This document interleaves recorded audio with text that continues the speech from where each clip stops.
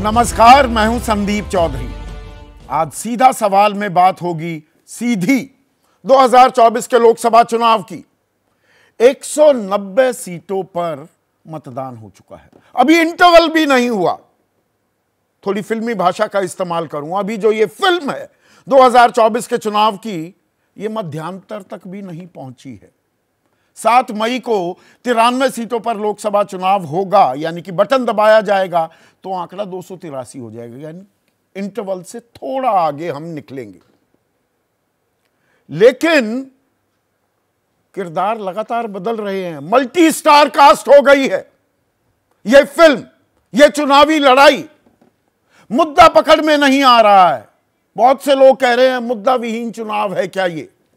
भ्रष्टाचार से बढ़कर हिंदू मुसलमान तक, विरासत, सोना चांदी, मंगलसूत्र और फिर यौन उत्पीड़न, फिर पाकिस्तान भी आ गया। लेकिन अब जंग हो गई है शहजादे बनाम शहंशाह की। शहजादा और शहंशाह की जंग, और मुद्दों का हो रहा है क्या लापतागंज? यह अपने आप में बड़ा सवाल है। और शुरुआत यहां पर की है प्रधानमंत्री मोदी ने। शहजादा तो आप में से बहुत से लोग कहेंगे वो राहुल गांधी के लिए लगातार इस्तेमाल कर रहे थे पिछले 10 सालों से।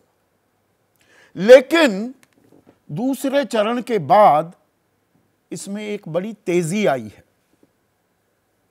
शहजादे शब्द के इस्तेमाल को लेकर। आज का बयान तो मैं सुनवाऊंगा, लेकिन 3 मई को प्रधानमंत्री मोदी यानी कि कल उन्होंने पश्चिम बंगाल में कहा, शहजादे इस बार वायनाड से भी चुनाव हार रहे हैं। मैं राहुल से कहता हूं डरो मत, भागो मत। अब रायबरेली से उन्होंने नामांकन कर दिया है। आनंद गुजरात में थे तो कहा शहजादे को प्रधानमंत्री बनाने के लिए अब पाकिस्तान उतावला है। कांग्रेस के शहजादे ने ओबीसी और मोदी समाज को चोर कहा। यह 1 मई बनासकांठा, गुजरात।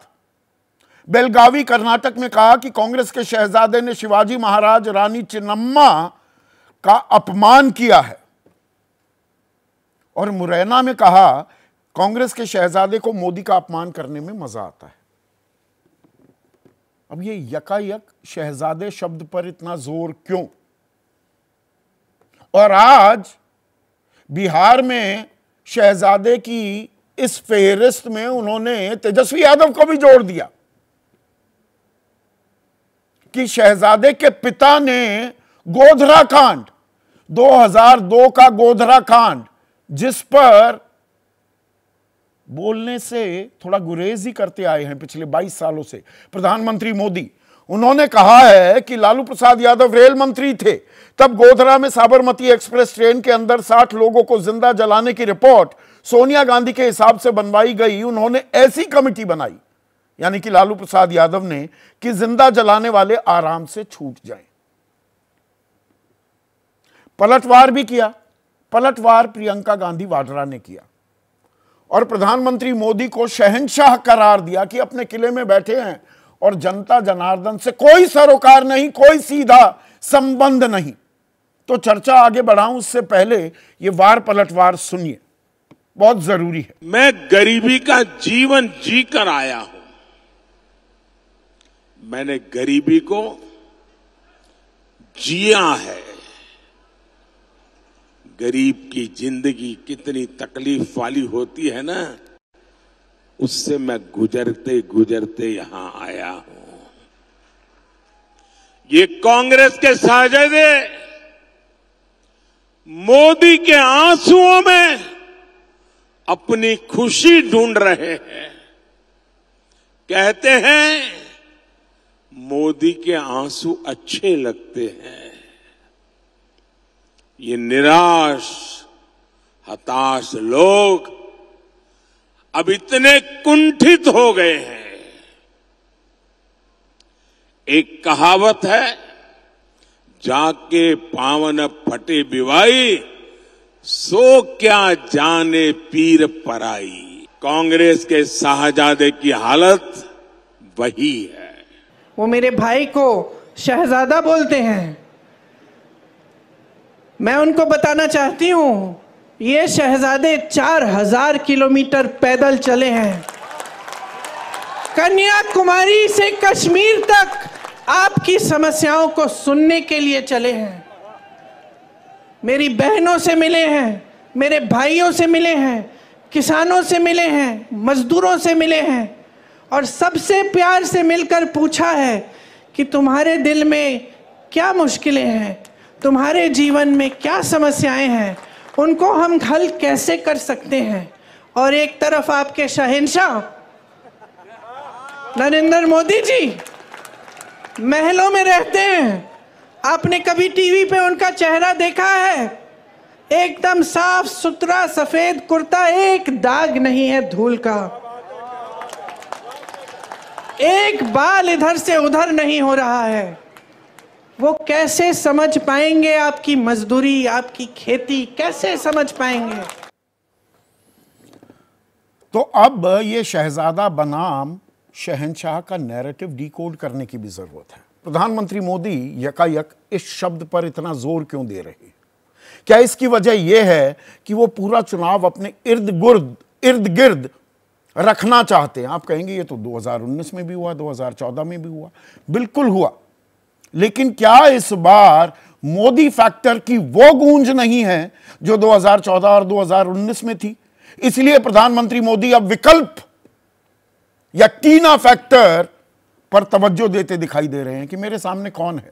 प्रेसिडेंशियल इलेक्शन इसे बनाने की, जैसे 2019 2014 में भी हुआ, वही कोशिश अब की जा रही है क्या? और ये पहले और दूसरे चरण के चुनाव के कुछ रुझानों का भी इस पर असर दिख रहा है क्या? 3.5 से 4% मतदान कम हुआ है। और जब प्रधानमंत्री मोदी के सामने कोई चेहरा होता है तो प्रधानमंत्री मोदी 20 ही साबित होते हैं। और प्रधानमंत्री मोदी पर जब व्यक्तिगत हमले करने की कोशिश करता है विपक्ष, तो वो और मजबूत भी हो जाते हैं। यह भी एक हकीकत है क्या? और उधर कांग्रेस की तरफ से प्रियंका गांधी वाड्रा का शहंशाह कहना प्रधानमंत्री मोदी को, अब यह शब्द पहले इस्तेमाल नहीं हुआ, तो इसके जरिए जो मुद्दे, हम कह रहे हैं मुद्दा विहीन चुनाव है, मुद्दों पर तरजीह देने की भी कोशिश की जा रही है क्या? कि प्रधानमंत्री मोदी रैलियां करते हैं, इज अ टायरलेस कैंपेनर, पर सीधे लोगों से राब्ता, भाई प्रधानमंत्री हैं, सिक्योरिटी रीजंस भी होते हैं, सीधे संवाद की गुंजाइश बहुत कम हो जाती है।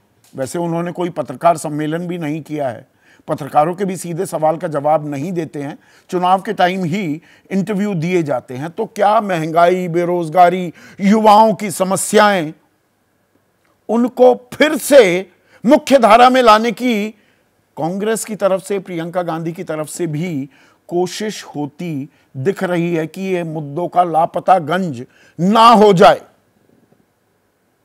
और जो चुनाव पहले 2 चरण में जो दिख रहा है कि स्थानीय मुद्दे हावी होते दिख रहे हैं क्या? जात भी मुंह उबार रही है क्या? संविधान की भी दुहाई लगातार दी जा रही है। 400 पार का नारा क्या दरअसल बीजेपी के लिए गले की हड्डी भी बन रहा है? क्योंकि बहुत जगहों से यह रिपोर्ट आ रही है कि जो गरीब, जो दलित, जो आदिवासी हैं, उन्हें लगता है कि कहीं संविधान ना बदल दिया जाए और इससे जो हमारा सुरक्षा कवच है, और इसमें आरक्षण एक अहम पुट है, बड़ा पुट है, उस पर कोई आक्षेप तो नहीं आएगा, वो सुरक्षा कवच कहीं हटा तो नहीं लिया जाएगा। पर इसमें एक और कहानी भी है। क्या इसे बीजेपी बनाम कांग्रेस बनाने की कोशिश है? कांग्रेस मुख्य विपक्षी दल तो है ही, लेकिन 52 पर सिमट गया 2019 में। क्षेत्रीय दल वाली हालत हो रखी है कांग्रेस की। 2014 में तो 44 सीटें आई थी। अपने 400 पार के साथ बीजेपी कहती है 40 पार कर पाएगी क्या कांग्रेस? फिर बीजेपी बनाम कांग्रेस ये लड़ाई लड़ने की या इसे बनाने की बीजेपी कोशिश कर रही है क्या? और कांग्रेस इसको ना क्यों करेगी? कांग्रेस अपने अस्तित्व के लिए तो लड़ेगी, वो कहेगी आ जाओ जी, 2-2 हाथ कर लो। पर 543 सीटों में से 200 ही ऐसी सीटें हैं जहां सीधे टक्कर बीजेपी और कांग्रेस में होती है। 100 सीटों पर बीजेपी का दरअसल कोई वजूद नहीं है, तो बाकी बच जाती हैं 243 सीटें। और वहां पर बीजेपी की लड़ाई होती है क्षत्रपों से, और यह बराबर की टक्कर होती है। 2014 और 2019 के नतीजे इस बात की दुहाई देते हैं। 115, 120 दोनों ही पक्षों को लगभग इतनी सीटें मिली थी इन दो चुनाव में। क्या इसीलिए अब तेजस्वी को भी शहजादे की श्रेणी में ले आए हैं, और हो सकता है आने वाले दिनों में अखिलेश यादव भी आ जाएं, पर ममता भी आएंगी क्या, या अरविंद केजरीवाल भी आएंगे?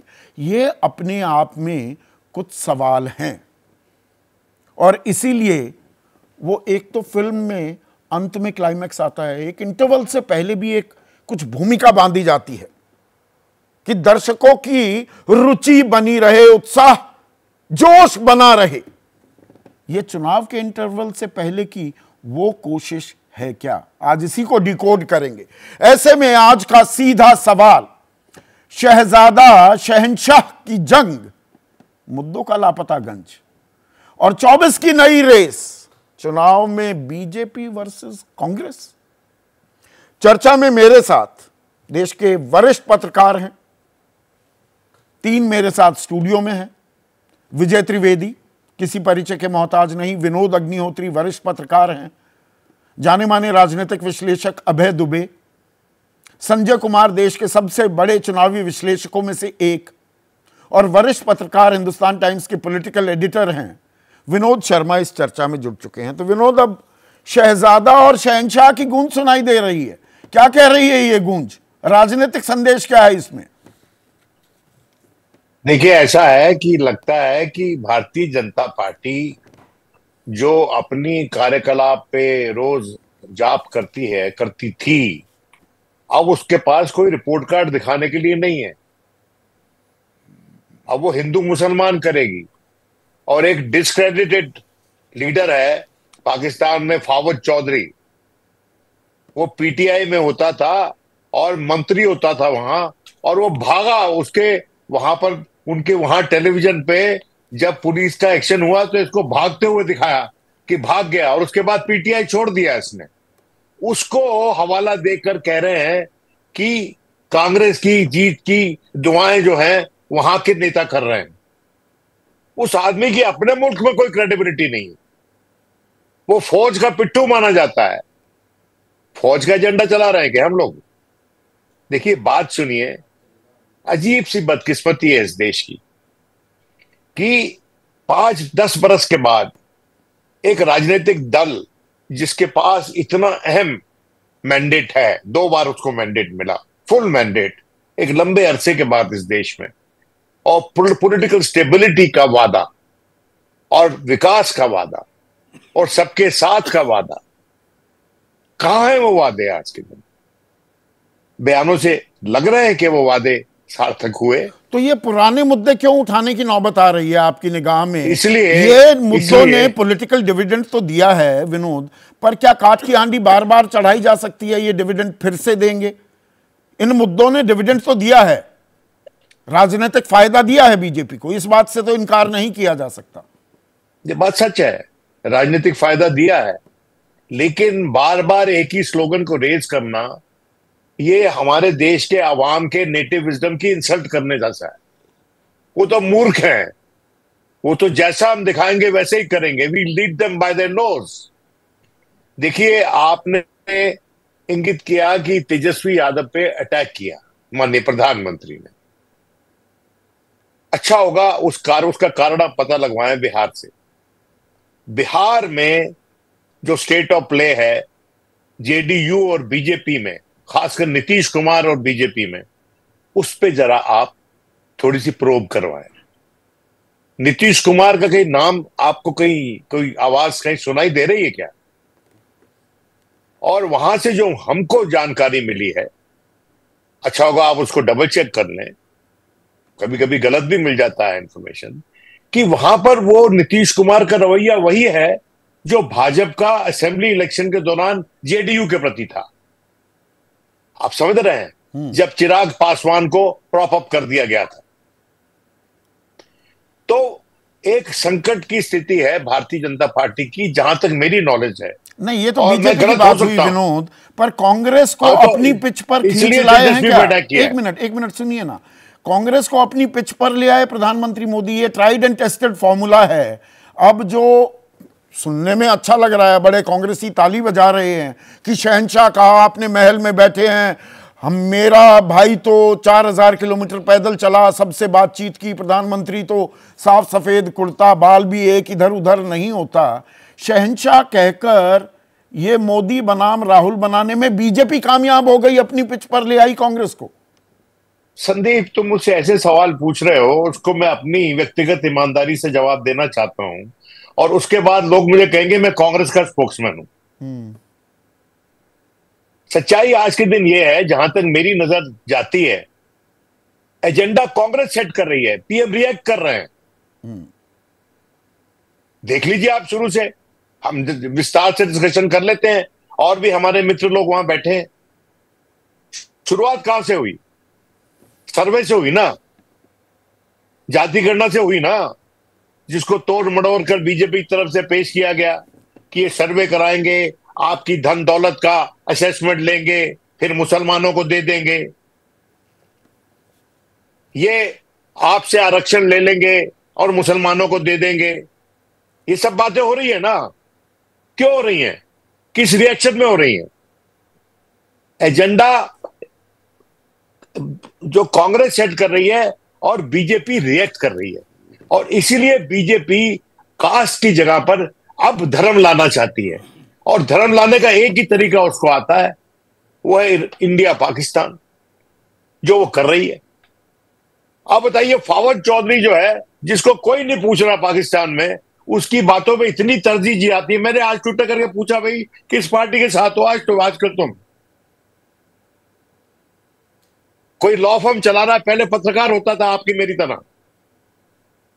अजीब सा माजरा है यार।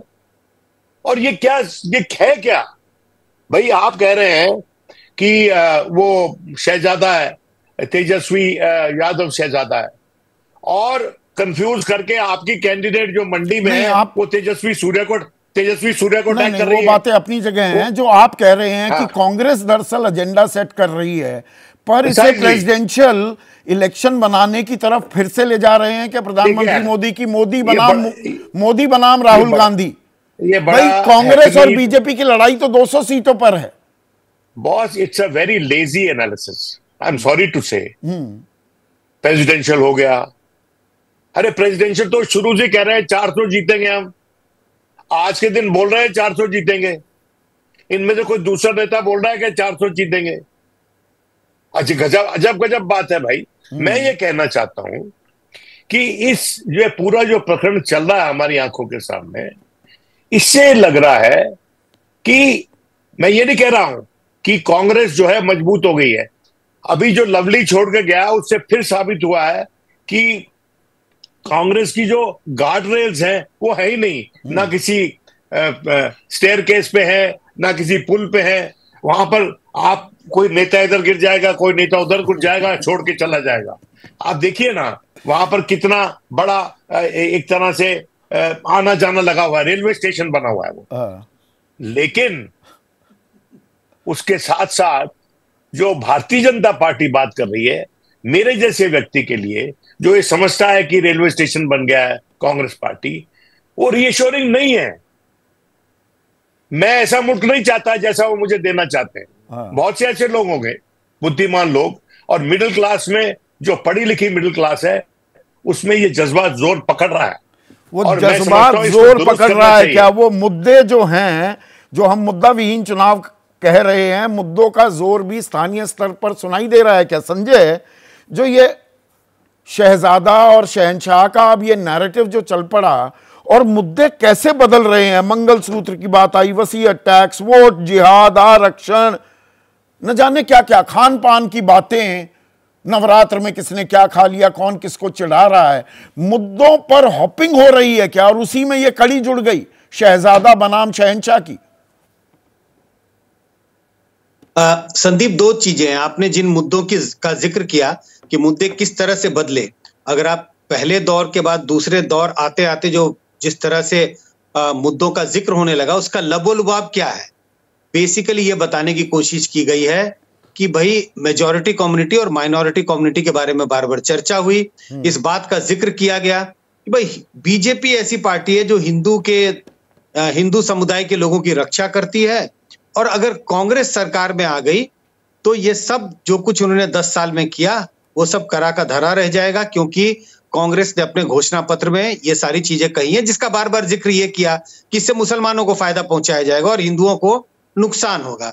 तो एक तो हिंदू मुसलमान करने की कोशिश की गई, और अब मुझे लगता है जब तीसरा दौर का मतदान होने वाला है, उसके पहले जिसका आप जिक्र कर रहे हैं शहजादा और शहंशाह, तो ये बार बार ये दो एक तरह से इमेजरी पेश की जा रही है, क्योंकि हमेशा ये लगता है कि 1 to 1 अगर लड़ाई होने लगेगी, प्रधानमंत्री मोदी के खिलाफ कौन खड़ा है, अगर जनता ये तलाशने लगेगी तो विपक्ष बहुत हल्का दिखाई पड़ता है। विनोद ने कहा संजय की थोड़ा लेजी एनालिसिस है कि जी प्रेसिडेंशियल बना रहे हैं क्या चुनाव, ये मोदी बनाम कौन, पर यह कोशिश साफ दिख रही है कि दूसरे चरण के बाद बीजेपी की तरफ से, या मोदी फैक्टर तो जितना बड़ा होता दिखा था हमें और था 2014-2019 में, क्या उतना बड़ा नहीं रह गया है फैक्टर, और उसे अब बनाने की कोशिश की जा रही है? बिल्कुल आपकी बात से सहमत हो संदीप, मोदी फैक्टर आज भी है, लेकिन इस वक्त लग रहा है कि जितना बड़ा फैक्टर 2019 में था वो कहीं थोड़ा उसमें डेंट हुआ है, थोड़ा कम है, लेकिन अभी भी बीजेपी के लिए ट्रम्प कार्ड है, इसमें कोई शक नहीं है। बीजेपी के लिए ट्रम्प कार्ड है, और बीजेपी को एक लेयर उसकी पॉपुलैरिटी, मतलब बीजेपी के वोट शेयर में 1%, 1.5% का इजाफा और हो जाता है जब वो बार बार उस ओर इशारा करते हैं कि भाई शहजादे को देखो, तो उससे बीजेपी को बाय डिफॉल्ट भी 1-1.5% और वोट मिलता है। मुझे लगता है यही वजह है कि बीजेपी एक और प्रधानमंत्री ये कहते हैं कि देखो मैं खड़ा हूं, और दूसरी तरफ शहजादे हैं, और इस बात का इशारा किया जाता है कि भाई आप उनकी हैसियत देख लो, या उन्होंने किस तरह से पार्टी चलाई। तो इसी के लिए ये हिंदू मुसलमान का नैरेटिव पाकिस्तान को ले आना, कोई ऐसा शख्स जिसकी खुद कोई वक़्त नहीं है पाकिस्तान में, उसके बयान को उछाल कर कहना कि अरे बड़ी सहानुभूति है पाकिस्तान में शहजादे को लेकर, इस मुद्दे पर जोर देने के मायने क्या हैं? और इसमें मैं आपका CSDS का जो सर्वे आया था, उस सर्वे में तो 27% लोग कह रहे हैं कि बेरोजगारी सबसे बड़ा मुद्दा, 23% ने कहा कि महंगाई सबसे बड़ा मुद्दा, और उसमें जो एक और डिटेल थी वो ये कि राम मंदिर 8% लोगों के लिए मुद्दा था, और हिंदुत्व तो सिर्फ 2%। लगता है बीजेपी CSDS का सर्वे बहुत गंभीरता से नहीं लेती। संजय मुझे पता नहीं कि गंभीरता से लेती या नहीं लेती, लेकिन एक ये बात जरूर है कि कुल मिला के मैंने कहा ट्रम्प कार्ड, 2 ट्रम्प कार्ड अगर मैं कहूं तो, एक तो प्रधानमंत्री स्वयं ट्रम्प कार्ड है, क्योंकि वो अपने आप को सामने लाते हैं, और बार बार इस बात का जिक्र होता है कि भाई अगर आप बीजेपी को वोट करो तो प्रधान नरेंद्र मोदी के लिए वोट है।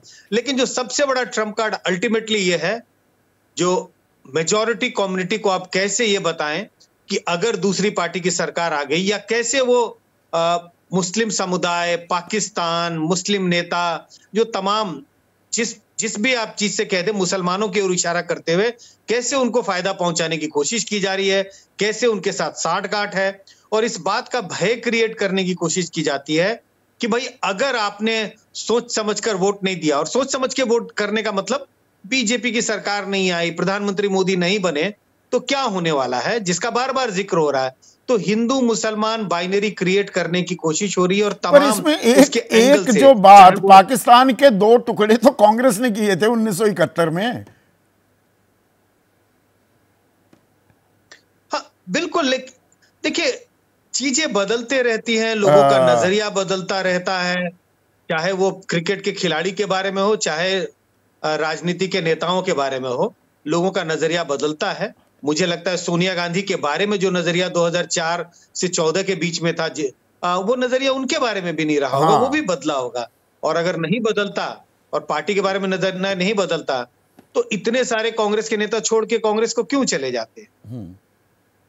यहां पर विजय एक चीज समझाइए, कांग्रेस की सरकार गए, सत्ता उनसे छिटकने के 10 साल पूरे होने को आए, तो ऐसे में कांग्रेस का अतीत अभी भी जो खंगाला जा रहा है या बताया जा रहा है, ये करेंगे या क्या करेंगे क्या नहीं, प्रधानमंत्री मोदी या पिछले 10 सालों में ऐसा थोड़ा है कि उपलब्धियों की कोई कमी है। हम 5वीं सबसे बड़ी अर्थव्यवस्था हैं, सबसे तेज गति से विकास दर देश की बढ़ रही है, और जो आंकड़े सरकार बताती है कि भाई 11 करोड़ शौचालय बना दिए, 4 करोड़ घर बना दिए, 49-50 करोड़ जनधन खाते बन गए, तो उधर के बजाय ये हिंदू मुसलमान पाकिस्तान, ये नैरेटिव किसको सूट करता है? देखिए संदीप जी, आपने कहा संजय जी को कि शायद CSDS का जो सर्वे है वो प्रधानमंत्री या भारतीय जनता पार्टी सीरियसली नहीं लेती। मुझे इससे बिल्कुल उलट लगता है। हाँ।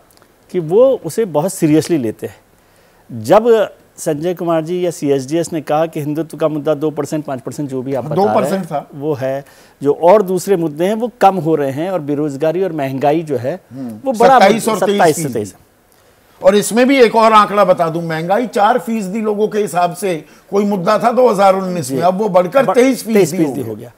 तो ये सारे कारण हैं जो प्रधानमंत्री को या भारतीय जनता पार्टी को एक नए नैरेटिव की तरफ ले जा रहे हैं। उन्हें लगता है कि जब 27% का महंगाई का हो, 23% का बेरोजगारी का हो, और हिंदुत्व जो है 4%, 2% रह जाए, राम मंदिर 7-8% रह जाए, इसका मतलब कुछ नया करना पड़ेगा ना।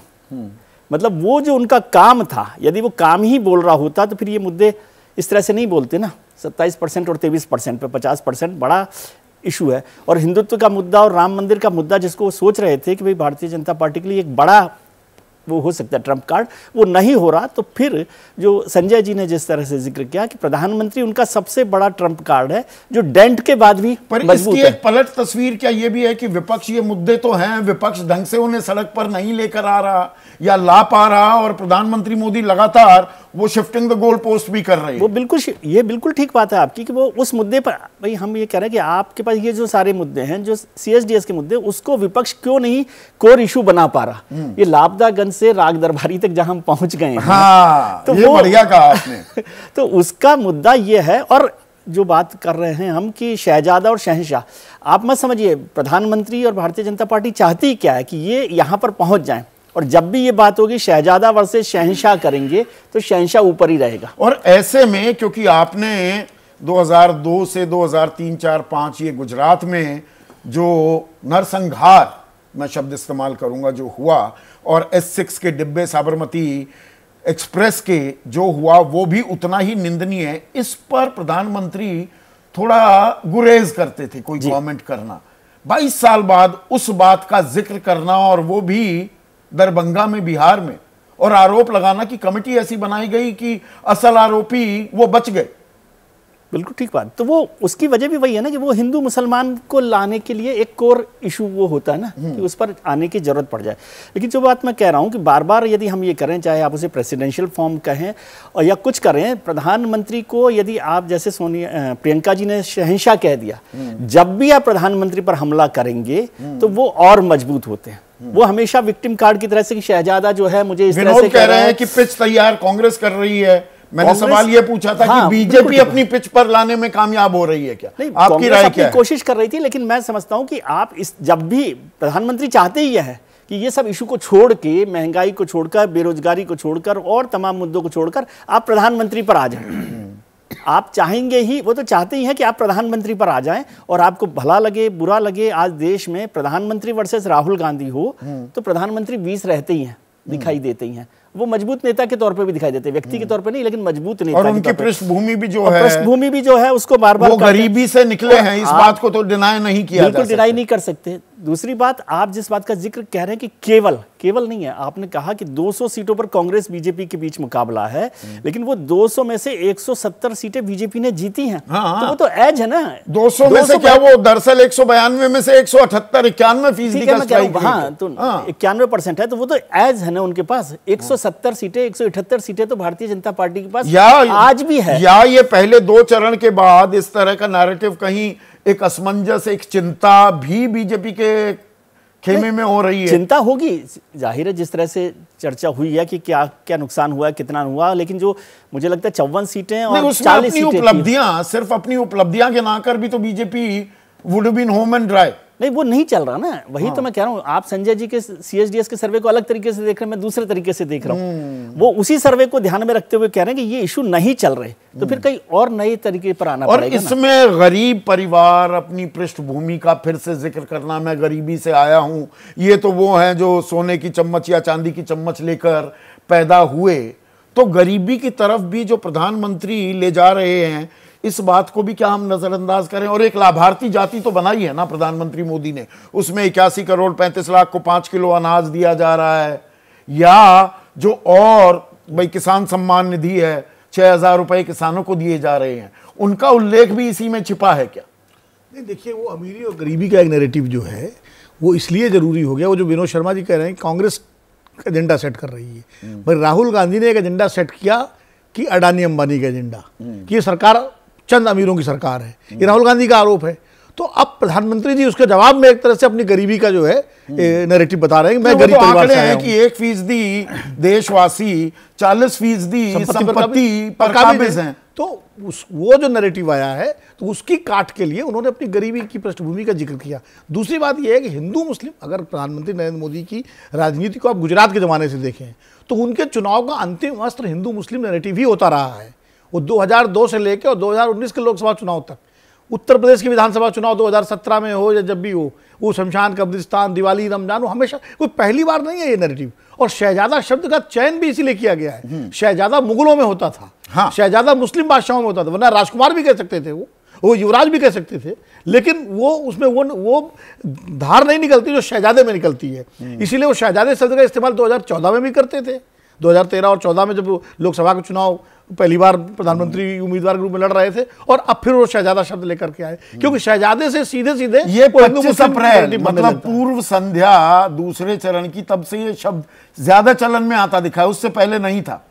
इस चुनाव की बात करूं तो मैं, देखिए, इस चुनाव में बराबर वो गोल पोस्ट और नैरेटिव बदल रहे हैं उनके हर भाषण में। अब जैसे अब मंगलसूत्र का जिक्र नहीं हो रहा है, अब शहजादा आ गया, आज आपने गोधरा वाला जो है उन्होंने रेल उसको बता दिया। तो नया, इसका मतलब है कि उनको इस बात का एहसास है कि कहीं ना कहीं, जो जैसा विजय भाई कह रहे हैं कि CSDS का जो सर्वेक्षण है, तो मुद्दा महंगाई और बेरोजगारी और गरीबी और चुनाव स्थानीय होता जा रहा है। क्या ये चुनाव स्थानीय होता जा रहा है? ये बात क्या अब हम अंडरलाइन कर सकते हैं? देखिए, तो चुनाव स्थानीय होता जा रहा है, या इस बात का संकेत इससे मिलता है कि जिस तरह प्रधानमंत्री जी अपने भाषणों में लगातार उसको पाकिस्तान तक ले गए, फवाद चौधरी तक वो ले गए, तो कहीं ना कहीं उस चुनाव को वापस वो 2019 के उस पर लाना चाहते हैं। भारत पाकिस्तान, भारत बनाम पाकिस्तान, हिंदू मुस्लिम ध्रुवीकरण, ये सारे राष्ट्रीय मुद्दे हैं। तो इसका मतलब उनको इस बात का एहसास है कि चुनाव कई जगह स्थानीय हो गया है, प्रत्याशियों को लेकर के असंतोष है और बहुत सारे कारण हैं। पर अब चर्चा जो बीजेपी बनाम कांग्रेस होती है, उसमें तो बीजेपी हावी रहेगी, इस बात से भी इनकार नहीं किया जा सकता। इसीलिए वो इस पूरे चुनाव को इंडिया वर्सेस एनडीए या एनडीए वर्सेस इंडिया न बना के बीजेपी बनाम कांग्रेस बना रहे हैं। क्योंकि जैसे ही बीजेपी बनाम कांग्रेस होगी, तो बीजेपी, जाहिर है अभी तक जितने जो चुनाव नतीजे हैं उनमें बीजेपी भारी रही है, उनमें प्रधानमंत्री नरेंद्र मोदी भारी रहे हैं राहुल गांधी के मुकाबले। तो वो उनका एक टेस्टेड फार्मूला है कि मोदी वर्सेस राहुल करो, बीजेपी वर्सेस कांग्रेस करो, तो उसका फायदा मिल सकता है। इसलिए इस पूरे चुनाव को उसी धरातल पर, उसी पिच पर ले जा रहे हैं। और प्रेसिडेंशियल फॉर्म की जो आप बात कर रहे हैं, वो भी एक तरह से उनका एक हथियार है कि भाई हमारे, आप देखिए, उन्होंने कहा कि मैं प्रधानमंत्री पे तो मैं हूं, सामने कौन है? फिर भाजपा के तमाम नेताओं को देखिए, भाई नाम बताइए। फिर से नड्डा जी ने कहा, उस दिन शिवराज सिंह चौहान को मैं सुन रहा था कि हमारे पास तो मोदी जी हैं, आपके पास चुन्नू मुन्नू टन्नू कल्लू कौन है? उनका पूरा एक जबरदस्त वीडियो चला। तो कुल मिला के भाजपा फिर उस नैरेटिव पे भी ले जा रही है इस चुनाव को कि फिर ये 5 साल वाला, कि हर साल एक प्रधानमंत्री बदलेगा। भाई ये कहाँ आ गया? किसने कहा कि हर 5 साल? पाकिस्तान यकायक फिर से जो एंट्री कर रहा है, भाई 10 साल मनमोहन सिंह और बंटवारे से पहले दरअसल उनका जो गांव था वो पाकिस्तान में था, वो कभी पाकिस्तान नहीं गए। अटल बिहारी वाजपेयी भी गए और प्रधानमंत्री मोदी भी गए। मनमोहन सिंह का आपने बड़ा अच्छा जिक्र किया। मनमोहन सिंह ने अपने आखिरी भाषण में, जब चुनाव के उन्होंने राष्ट्रीय नाम संबोधन किया चुनाव हारने के बाद, तब उन्होंने कहा कि इस देश ने एक अनाथ बच्चे को इतना प्यार दिया, इसके लिए मैं इस देश का ऋणी हूं। कभी उन्होंने अपने अनाथ होने का किसी चुनाव में इस्तेमाल नहीं किया। वो खुद एक गरीब परिवार से थे, बेहद गरीब परिवार से थे। जब वहां आए थे विभाजन के बाद, उनके चाचा ने, ताऊ ने शायद उनका पालन वो कभी पर पाकिस्तान कभी नहीं गए। पाकिस्तान में नहीं गए और कभी उन्होंने अपनी गरीबी का भी जिक्र नहीं किया। हाँ। तो इसलिए जो है वो पाकिस्तान में नहीं गए। अच्छा, ये कहाँ किस घोषणा पत्र में या किस उसमें है कि हर साल एक प्रधानमंत्री बदलेगा इंडिया गठबंधन में? लेकिन बीजेपी ने नैरेटिव बना दिया कि हर साल एक प्रधानमंत्री। अभी तो ये तो चुनाव है, साम दाम दंड भेद तो इस्तेमाल होता ही है, पर ये बीजेपी कांग्रेस करने में क्या एक और पहलू देखें इस नैरेटिव का अब है तो जैसा 200 सीट मतलब 192 में से 178 सीटें बीजेपी जीत गई थी जहां सीधी फाइट थी। क्या कुछ ऐसा भी है कि ये कांग्रेस भाई 40 पार भी कर पाएगी? वो तो बीजेपी पूछ रही है, पर क्या कांग्रेस अगर कुछ भी सीटें बढ़ा ले 20, 30, 40, वो बीजेपी के लिए नुकसानदेह होंगी क्या? इसीलिए सीधी फाइट भाई बीजेपी बनाम कांग्रेस है, कांग्रेस की सीट नहीं बढ़नी चाहिए, यह बीजेपी के लिए काउंटर प्रोडक्टिव हो सकता है। देखिए, कांग्रेस की जितनी सीटें बढ़ेंगी वो भारतीय जनता पार्टी के खाते से आएंगी। ये तो अपने आप में एक सीधी सीधी बात है। हाँ। इसमें कोई बहुत हम लोगों को अकल लगाने की जरूरत नहीं है। हम लोग 2019 के चुनाव परिणाम से बहुत प्रभावित हैं। हम अपने विश्लेषण में बार बार यही सोचते रहते हैं कि वो पूरा दोहराया जाएगा या उसमें कितनी कटौती हो जाएगी।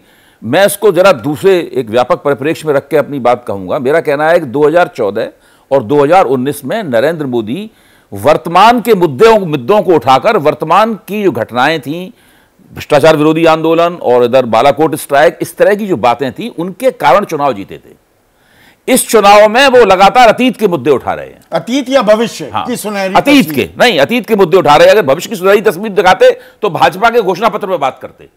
वो भाजपा के घोषणा पत्र पर बात बिल्कुल नहीं कर रहे हैं। कांग्रेस के घोषणा पत्र पर बात कर रहे हैं। हाँ, कांग्रेस के घोषणा पत्र पर बात कर रहे हैं। तो बिल्कुल वो अतीत की बातें उठाकर चुनाव जीतना चाहते हैं। मेरे ख्याल से उनकी ये कोशिश बिल्कुल कामयाब नहीं होगी, क्योंकि पिछले 2 चुनाव उन्होंने जीते हैं वो अतीत के दम पे नहीं जीते।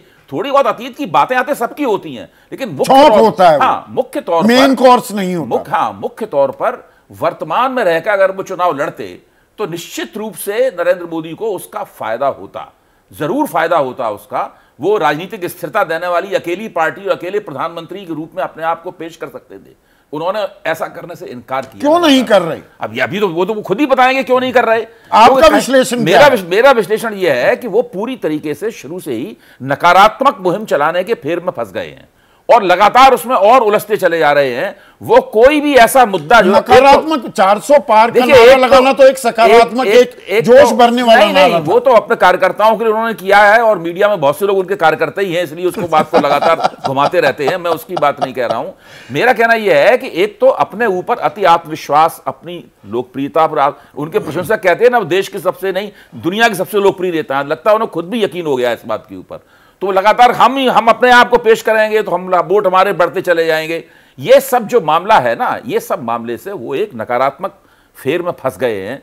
उसकी वजह से वर्तमान के मुद्दे जो जनता के दिमाग में है, संजय जी का सर्वेक्षण हो चाहे यशवंत जी का सर्वेक्षण हो, दोनों सर्वेक्षण, यशवंत सर्वेक्षण में 55% है, संजय जी सर्वेक्षण में 50%। उसमें तो युवाओं का भी 50% से ज्यादा युवा फ्रस्ट्रेटेड हैं, डिसएन्चांटेड हैं, नाराज हैं। मेरा निवेदन यह है कि 2019 के पैमाने पर हम लोग इस चुनाव को ना आंकें। 2 चुनाव बिल्कुल अलग अलग चुनाव हैं और यह चुनाव बिल्कुल नए तरीके से लड़ा जा रहा है। इसमें कोई जज्बाती मुद्दा नहीं है। कांग्रेस ने जिस तरह से अपना प्रचार अभियान चलाया है, कांग्रेस के विज्ञापनों को आप देखिए, कांग्रेस के विज्ञापन और उसके घोषणा पत्र दोनों बिल्कुल एक दूसरे से समरस हैं पूरी तरीके से। तो बिल्कुल अलग तरह की, मुझे तो अलग तरह का चुनाव लड़ रहा है। जीत हार जिसकी होगी उसकी अलग तरह का चुनाव है, पर चुनाव नैरेटिव पर भी चलता है। उसमें वोटर को लुभाने, आकर्षित करने वाले मुद्दे भी होते हैं और वो जरूरी नहीं वो सारे जमीनी मुद्दे हों, आपसे जुड़े हुए मुद्दे हों। तो खैर 4 जून को पता लगेगा। अभी इस राजनीतिक फिल्म का इंटरवल भी नहीं हुआ है, पर बहुत सारे मुद्दे आपके सामने परोसे जा चुके हैं और ये कितने दिन इनकी गूंज सुनेगी इसको भी देखेंगे। तो आज चर्चा कर रहे थे शहंशाह और शहजादे की जंग और मुद्दों का लापता गंज हो रहा है क्या। अमरजीत बड़वाल हैं, कुरुक्षेत्र वासी हैं, हरियाणा में रहते हैं। उनका कहना है कि इस तरह की बयानबाजी से युवाओं में गलत मैसेज जाएगा। तो ये असल मुद्दे कहाँ हैं? शहंशाह, शहजादा, असल मुद्दों पर ये लड़ाई क्यों नहीं आ रही है? आएगी भी क्या? और इसमें जनता जनार्दन आपकी भी जिम्मेदारी है क्या? कितना दबाव आप बनाते हैं कि नैरेटिव राजनीतिक जमात आपके सरोकारों से जुड़ा हुआ ही गढ़ता दिखाई दे। आज इतना ही। नमस्कार।